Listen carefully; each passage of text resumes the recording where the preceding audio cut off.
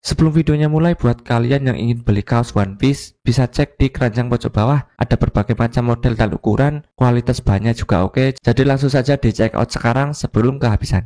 Jangan lupa juga subscribe bagi yang belum, dan sekarang kita masuk ke videonya.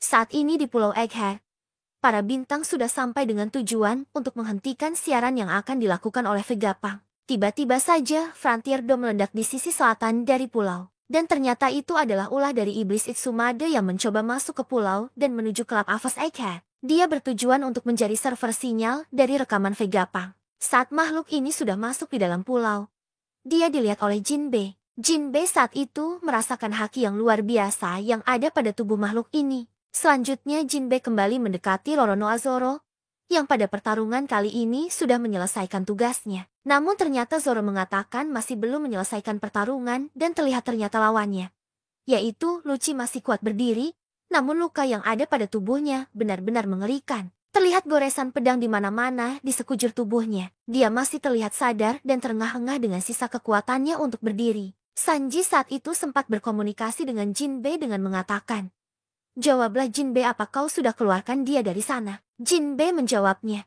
"Sedang kuusahakan." Lalu Jinbe segera untuk membawa Zoro pergi dari sana dan untuk terakhir kalinya, Jinbe menghadiahkan hantapan keras berupa teknik baru miliknya yang dia beri nama Kyojin Karate 5000 Breaks. Pukulan itu begitu kuat sehingga mengakhiri perubahan Lucci menjadi wujud manusia kembali. Dan akhirnya dia tersungkur jatuh. Setelah hilangnya dua musuhnya tadi, Lucy kemudian kedatangan Marcus Mars yang mendekatinya. Kemudian Mars bertanya kepada Lucci, "Di mana keberadaan Yok?" Lucy mengatakan Yok ada di ruang kendali Menara A di lantai keempat. Dia ditangkap oleh Mugiwara. Baru saja dua orang kabur, yaitu Zoro dan juga kesatria lautan Jinbe. Selain itu, ada juga 5 orang lainnya dari kru Mugiwara dan juga 2 Vegapunk yang tersisa. Mereka bersiap kabur dari Lab Avos Egghead menuju pintu belakang. Selain itu, ada juga 85 anggota Ciperpol dari berbagai agensi, dan 4 Shirapin di ruang bawah tanah Lab Avos. Pesan dari Vegapunk akan disiarkan sekitar 6 menit lagi. Dan satu hal lagi, di ruang kendali di dalam sana, ada rekanku yang masih terluka parah.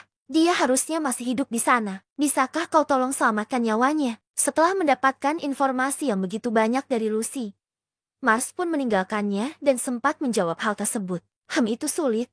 Aku tak peduli lagi dengan mereka. Beralih ke Luffy, di mana dia sudah bersama dengan dua raksasa yang tiba di tempat Luffy berada saat ini. Para teman lama pun akhirnya bertemu dan mereka semua terlihat sangat senang. Percakapan dimulai dari Luffy yang menyapa mereka berdua. "Sudah 2 tahun aku tak bertemu dengan kalian." Para raksasa menjawabnya, "Mugiwara, sekarang kau kelihatan berbeda. Dan kenapa kau terlihat mirip dengan dewa dari dongeng para orang-orang Elbaf? Kostum yang kau pakai itu juga sangat menarik dan kami tentu sangat senang bisa melihatmu lagi, kawan." Kemudian para yokai juga melihat keberadaan dari para raksasa yang sudah tiba di dekat Luffy. Mereka bilang, "Itu para raksasa. Melawan mereka dan Sang Nika bukan ide yang bagus sekarang." Dory dan juga Brogy sekarang pun melihat di depan matanya.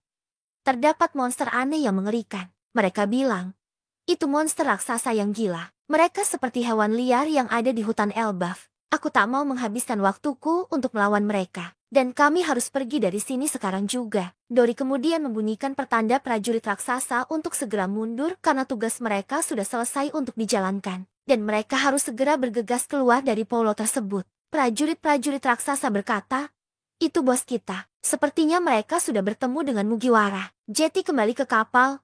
Kita akan pergi dari sini sekarang." Setelah hal itu, momen mengerikan pun terjadi, di mana satu dari Gorosei mencoba untuk menyerang mereka. Saint Topman Warkuri dengan wujud babi hutan iblisnya menyerang mereka menggunakan raungan haki penakluk yang super kuat. Area di sekelilingnya pun hancur diikuti dengan momen kocak Luffy yang terkena raungan haki tersebut.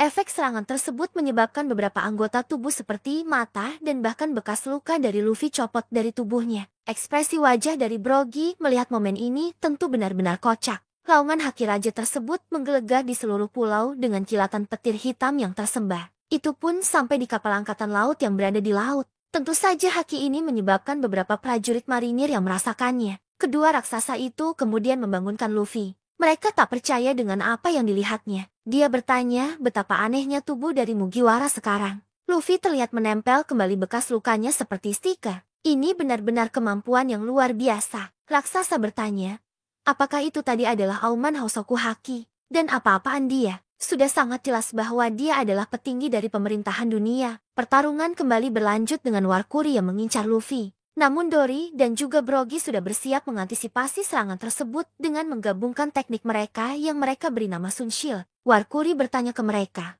"Orang apa yang kalian lindungi tersebut? Apakah kalian paham siapa sebenarnya dia?" Ya, para raksasa dengan lantang menjawabnya, "Mereka adalah teman kami." Serangan lanjutan dari para raksasa pun menyerang Warkuri. Teknik baru mereka bernama Skilda. Setelah itu, musuh baru datang kembali. Kali ini, Saturn bergerak. Saron mengeluarkan sejenis bola venom yang dia semburkan dari mulutnya. Luffy pun sontak berteriak, "Itu pasti racun, Jetty, jangan disentuh." Saat Luffy dalam kondisi panik, dia pun mengambil sebuah pohon yang ada di dekatnya, membuat sebuah kerajinan menarik dari pohon tersebut, di mana dia berusaha untuk menggigit pohon tersebut, membentuk sebuah senjata, yaitu sebuah tongkat baseball yang diikuti dengan ciri khas dari angka Luffy bernomor ke-56. Imajinasi Luffy berlanjut dengan membuat sebuah topi diikuti dengan cat kuas. Luffy kemudian bersiap menerima serangan bola racun dari Saturnus di mana dia mementalkan benda tersebut kembali ke arah dari para iblis. Luffy di sana tertawa dan berteriak, "Makan sendiri racunmu itu." Para iblis panik dan kekuatan tersebut ternyata selain racun adalah sebuah bom yang sangat-sangat besar. Mata Luffy keluar dan mengatakan,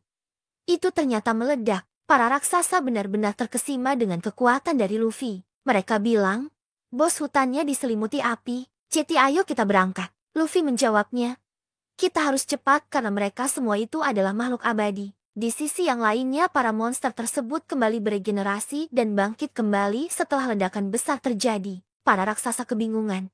"Apa maksudmu makhluk abadi?" Luffy menjawabnya, "Walau mau seberapapun kau menghajar mereka, mereka akan terus beregenerasi." Brogy kaget.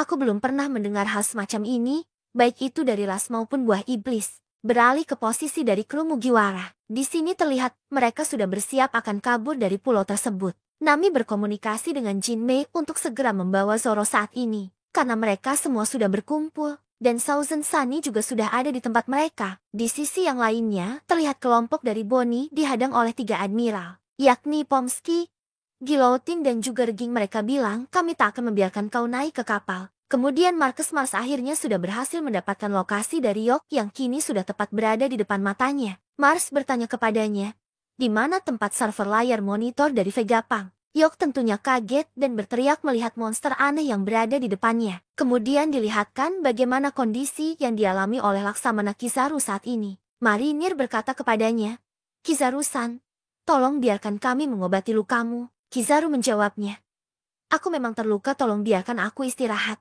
Marinir melaporkan sesuatu yang muncul di pantai barat laut Pulau Egghead. Api tidak bisa menghentikan makhluk tersebut. Itu sepertinya raksasa dengan makhluk yang berada di tengah-tengah api. Dan sepertinya dia mengatakan sesuatu. Ternyata robot kuno sudah bangkit sepenuhnya dan mulai berjalan di tengah-tengah kobaran api. Dia besar dan mulai berjalan sambil mengatakan sesuatu. "Maafkan aku, Joy Boy." Robot kuno bersiap bergabung ke dalam pertempuran. Semakin kacaunya keadaan yang terjadi di Pulau Egghead. Kapal-kapal dari pemerintahan dunia terus menembaki pulau tersebut.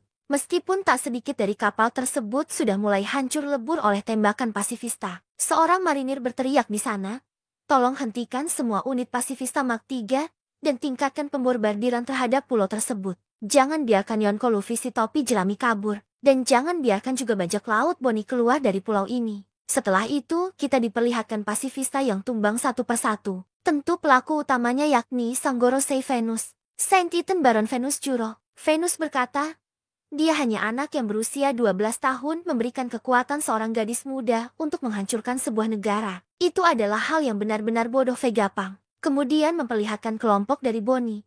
Yang bersamanya saat ini adalah 2 orang raksasa yakni Aimo dan juga Kasi, yang bertugas untuk mengantar mereka semua menuju ke kapal bajak laut raksasa. 2 raksasa itu berkata, "Cepat segera kembali ke kapal. Seseorang yang cukup bodoh baru saja akan mendarat." Di sana kapal perang marinir terus saja membombardir meriamnya. Mereka bilang, "Jangan biarkan mereka berlayar. Tenggelamkan kapal mereka yang akan menuju ke Elbaf." Perterangan pun dimulai dengan kelompok ini berhasil dihentikan oleh wakil Laksamana Red King yang ada di depan mereka. Pertarungan pun tidak bisa terhindarkan. Salah satu anggota dari mereka yakni Cyborg Frankie berusaha melawan wakil Laksamana ini. Red King berkata, "Aku tak akan membiarkan kalian lewat." Frankie menjawabnya, "Menyingkirlah dari jalanku." Frankie lalu menggunakan tekniknya yakni Strong Ride.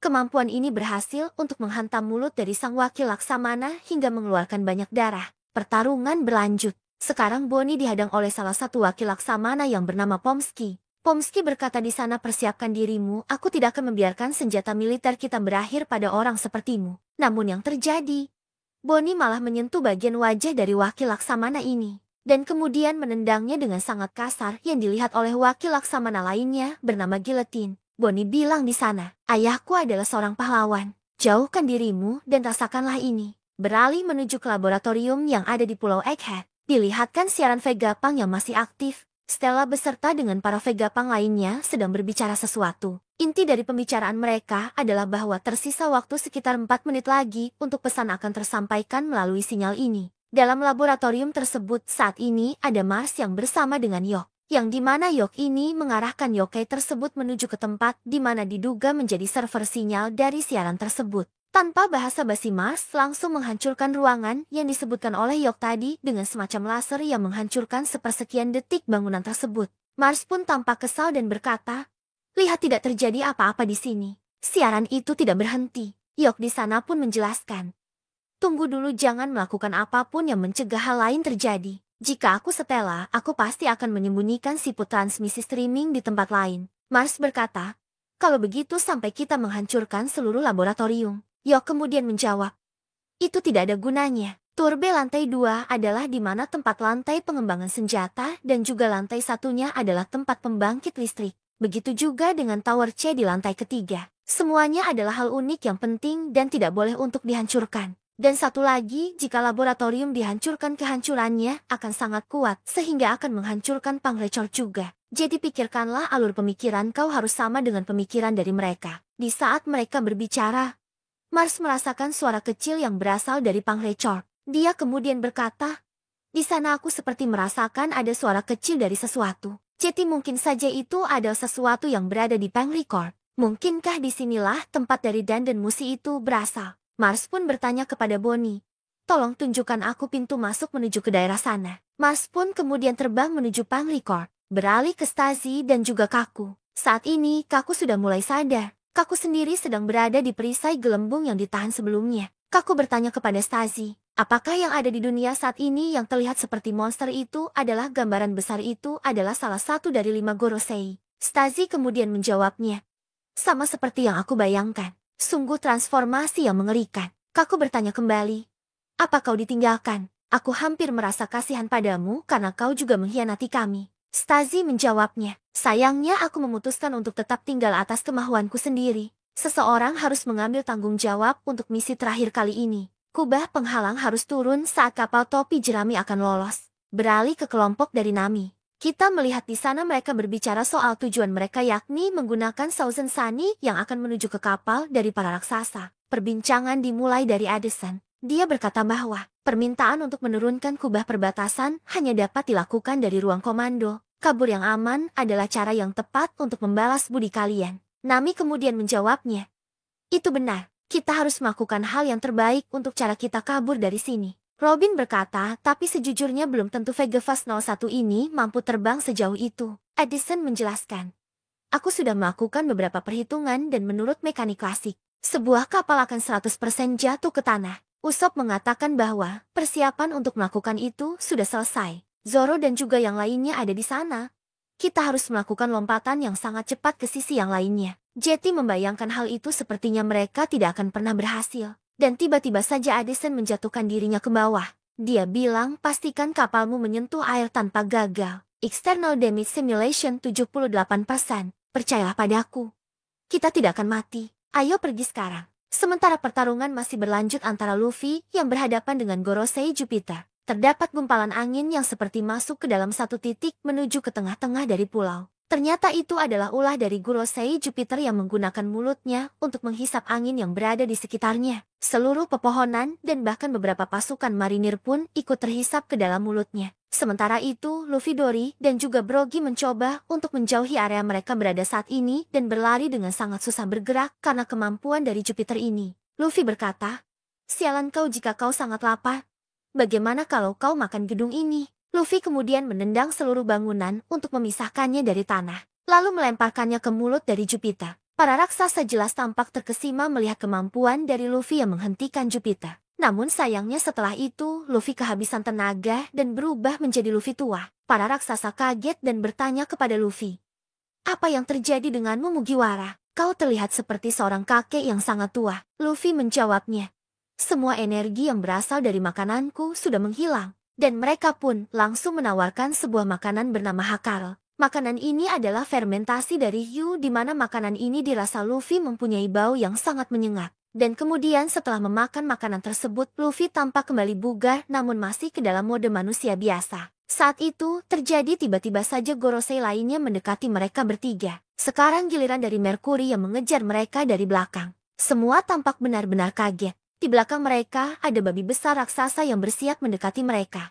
Namun Luffy sudah bersiap dengan menggunakan teknik Gomu Gomu no Rock untuk menghentikan babi hutan ini. Namun ternyata serangan yang dimiliki oleh Luffy ini malah berefek kepada tangannya sendiri yang terbakar dan merasa kesakitan. Kembali diperlihatkan laboratorium di mana saat ini posisi dari kelompok Nami sedang dikejar oleh Saron yang sudah tiba di tempat mereka, berada dengan kaki laba-laba Saron yang mencengkeram awan dan bersiap untuk mengintimidasi kelompok ini. Sementara itu, di sisi timur pantai Pulau Egghead, hal yang sama juga terjadi, di mana kelompok dari Bonnie sudah tiba di kapal bajak laut raksasa, dihadang oleh Nusjuro yang sekarang tepat berada di depan mereka dengan siluet yang benar-benar mengerikan. Lalu memperlihatkan laboratorium Pangrekord.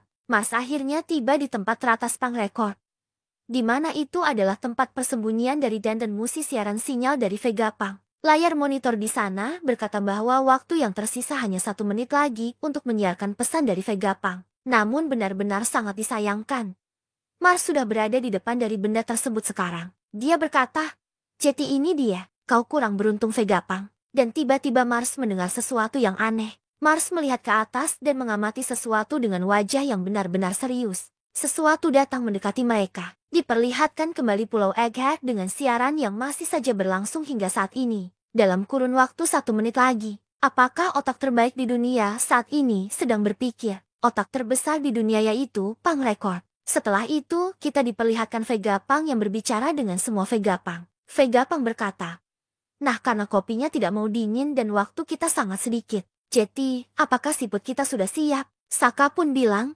"Sejak 30 detik yang lalu." Pythagoras mengatakan, "Ini sudah disiarkan dan dilihat oleh penjuru dunia dan itu membuatku sedikit malu." Di dalam Pangrekord, Mars langsung berkata, "Jeti ini adalah kau yang sebenarnya." Mars melihat sebuah kepala raksasa dari Vegapunk yang masih berisi dengan rambutnya di sebuah tabung besar dengan cairan yang mengelilinginya. Tabung itu pun juga disambungkan ke beberapa kabel yang menyatu ke Pangrekord. Mars berkata, "Jeti, benda ini masih hidup bahkan setelah kau mati. Apa sebenarnya kematian itu? Di mana kesadaran itu berada? Apakah ini kau Vegapunk?" Siaran terus saja berlanjut. Vegapunk mengatakan, "Video ini akan segera menghubungkan dunia bersama-sama baik dengan mengetahuinya, atau dengan ketidaknyamanan mengetahuinya." Lalu diperlihatkan bagaimana reaksi dari orang-orang di penjuru dunia yang akan menantikan pesan yang akan disampaikan oleh Vegapunk ini. Dimulai dari desa Siru, kita melihat Kaya, Mary, Ninjin Piman dan juga Tamanegi sedang berdiskusi. Dimulai dari Mary yang berkata, "Siput transporter ini cukup besar dari apa yang kalian bayangkan." Reaksi dari anak-anak ini pun mengatakan bahwa jika rumah Kaya-san tidak memiliki itu, maka tidak akan ada orang di desa yang memilikinya. Kaya pun menjelaskan bahwa Vegapunk juga merupakan sosok yang terkenal dalam ilmu dunia kedokteran. Berlanjut ke Twin Capes. Di sana ada Crocus mendengarkan pesan dari Vegapunk bersama dengan Laben. Di Baltimorea itu, pulau masa depan kampung halaman dari Vegapunk juga disorot. Ada beberapa percakapan lucu di sini. Dimulai dari seorang anak yang bertanya, "Apa orang itu lahir di sini?" Ini merujuk kepada Frankie.